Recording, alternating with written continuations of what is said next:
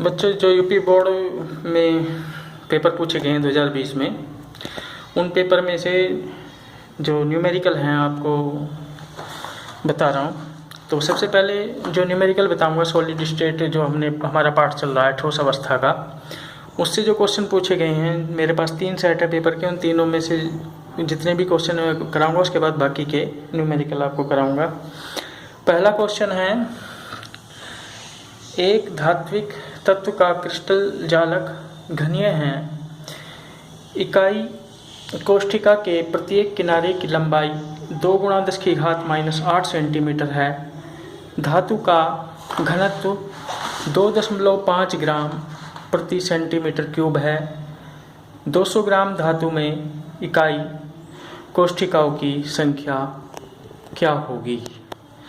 तो क्वेश्चन ये थोड़ा सा घुमा फिरा के पूछा गया है, पर बहुत ही आसान क्वेश्चन है। देखो किस तरह से इसको करते हैं। जो जो दे रखा है पहले उसको हम लिख लेंगे। क्रिस्टल जालक कैसा है? क्रिस्टल जालक है घनीय। घनीय क्रिस्टल जालक है। अब घनीय क्रिस्टल 3 प्रकार के होते हैं, साधारण, काय केंद्रित, बॉडी सेंटर्ड और फेस सेंटर्ड। एक सिंपल होता है, एक फेस सेंटर्ड होता है, एक बॉडी सेंटर्ड होता है।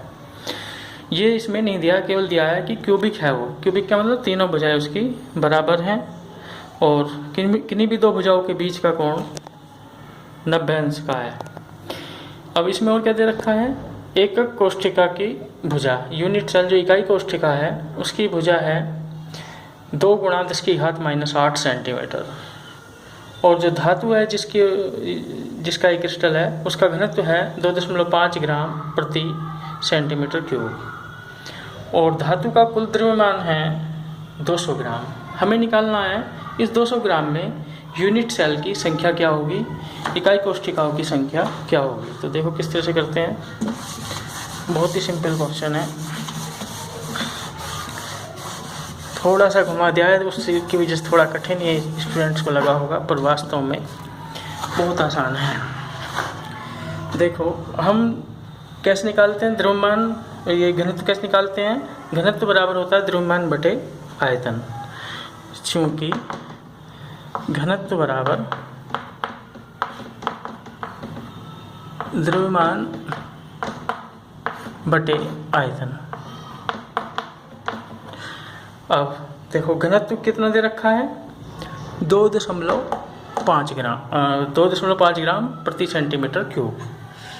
और फिर द्रव्यमान कितना दे रखा है।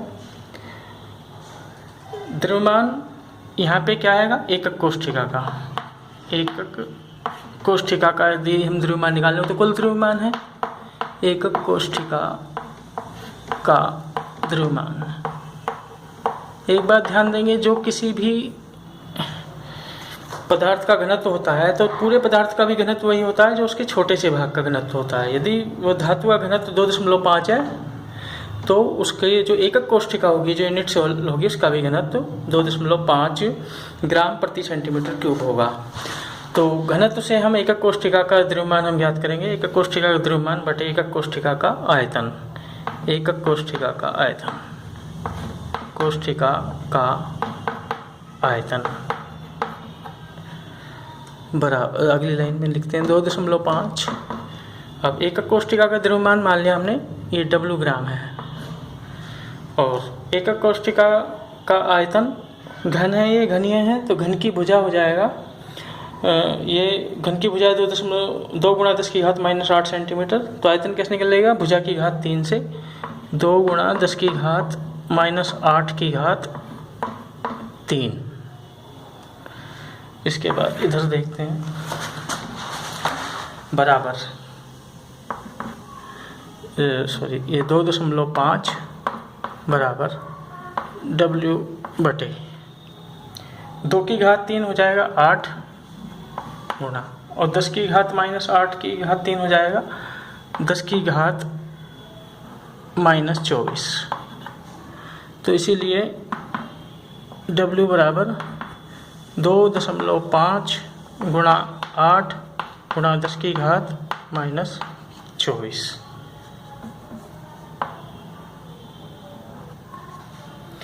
गुणा कर लेंगे तो W बराबर हो जाएगा 25 अट्ठे 200। 200 दशमलव एक स्थान के बाद दशमलव यहाँ से 0 कट जाएगी, गुणा 10 की घात -24 ग्राम। ये क्या आया? एकक कोष्ठिका का द्रव्यमान। एकक कोष्ठिका का द्रव्यमान हमारा आ गया 20 गुणा 10 की घात -24 ग्राम। यानी इतने ग्राम में तो है एक इकाई कोष्ठिका। एक यूनिट सेल का जो द्रव्यमान है इतना, यानी इतने ग्राम से एक यूनिट सेल बनी है। तो हमारे पास 200 ग्राम कुल धातु है, उसमें कितनी यूनिट सेल होंगी? तो बहुत आसान हो गया क्वेश्चन ही। अब देखो आगे कुछ नहीं है इसमें आगे। अब लिख देंगे चूँकि 20 गुणा 10 की घात -24 ग्राम धातु में यूनिट सेल कितनी है? 1। तो इसीलिए 200 ग्राम धातु में यूनिट सेल बराबर कितना हो जाएगा? 200 बटे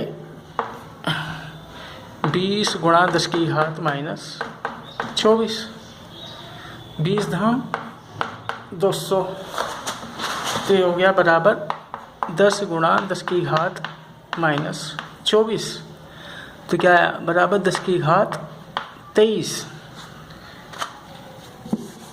तो टोटल यूनिट सेल की संख्या कितनी होगी? टोटल यूनिट सेल की संख्या होगी 10 की घात 23। ये हमारा आंसर आ गया। तो बहुत सिंपल क्वेश्चन है, थोड़ा सा घुमा के दे दिया, इस वजह से स्टूडेंट्स को थोड़ा सा कठिन लग सकता है, पर ये बहुत ही सिंपल क्वेश्चन है। बहुत ज़्यादा इसमें डायरेक्ट सूत्र की जगह हम इसको इसी ढंग से करते चले जाएंगे जिस ढंग से मैंने गणित निकालना बताया था एकक कोष्ठिका का। दूसरा प्रश्न है, चांदी घनीय समृद्ध संकुलन CCP जालक बनाती है।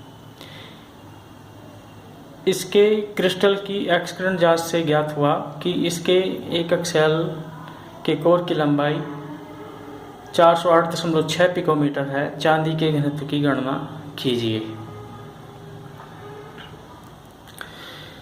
ये डायरेक्ट क्वेश्चन है। सूत्र पे जो फॉर्मूला आपको निकलवाया घनत्व डेंसिटी याद करने का क्रिस्टल की, D बराबर Zm/A³ इंटू Na।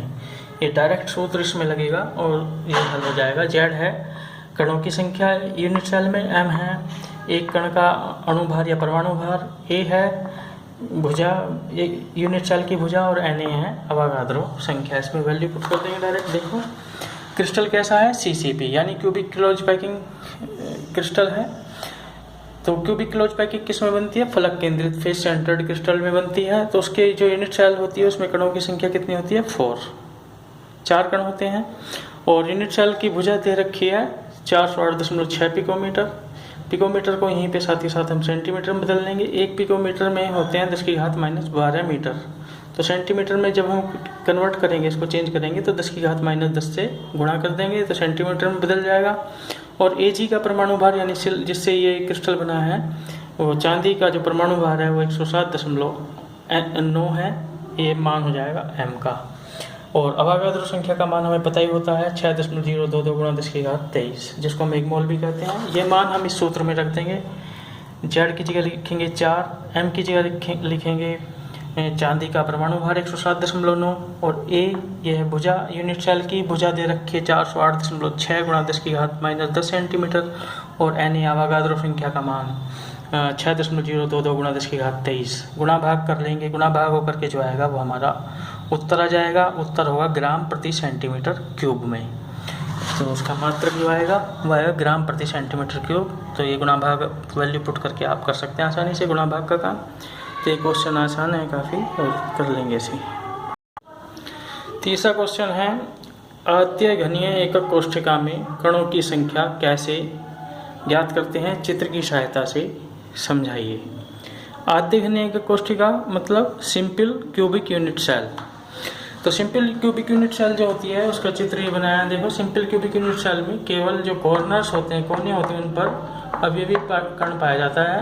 केवल कोने पर ही कांस्टिट्यूएंट पार्टिकल पाया जाता है। तो इसको जो है हमें ये भी पता है कि जो कोने पे जो कांस्टिट्यूएंट पार्टिकल होता है वो 8 यूनिट सेल के संपर्क में होता है। इसके अलावा 7 और यूनिट सेल के संपर्क में होता है, यानी एक कण, एक पार्टिकल 8 जगह बटा हुआ होता है। तो 1/8 हिस्सा ही एक कण का एक कोष्ठिका के पास होता है। तो 1/8 इसका, 1/8 इसका, 1/8 इसका, 1/8 इसका, यानी प्रत्येक पार्टिकल का 1/8 जब हम जोड़ेंगे तो कुल कण आएंगे 1। तो कल किस तरह से लिखेंगे इसको देख लेते हैं। लिखेंगे चूँकि सिंपल यूनिट सेल में केवल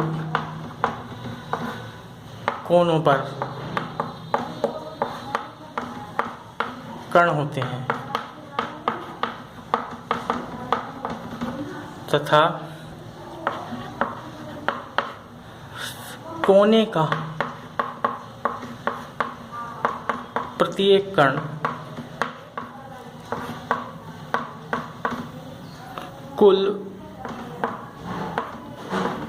8 यूनिट सेल के साथ बटा होता है, डिस्ट्रीब्यूट होता है या विभाजित होता है। तो इसीलिए सिंपल यूनिट सेल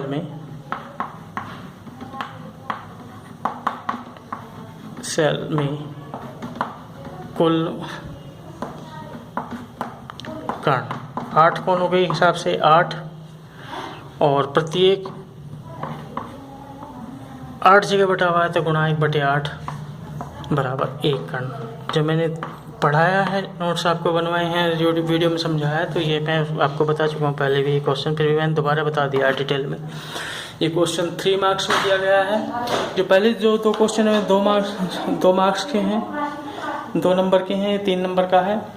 तो ये जबकि क्वेश्चन आसान है तो इसको थोड़ा सा डिटेल में जाके इसको समझाना पड़ेगा चित्रीय सहायता से, जिससे 3 नंबर इस पे पूरे मिल जाएंगे इस ढंग से करेंगे तो। और जो पहले के 2 क्वेश्चन हैं 2-2 नंबर के हैं, थोड़े कठिन थे इससे, पर वो भी आसान है थोड़ा समझेंगे तो। ये 3 प्रश्न कुल तीनों सेट से मैंने लिए हैं, जो सॉलिड स्टेट से लिए गए हैं। बाकी जो अन्य जो न्यूमेरिकल है वो अन्य चैप्टर से हैं, उनके लिए अलग से वीडियो बनाऊँगा।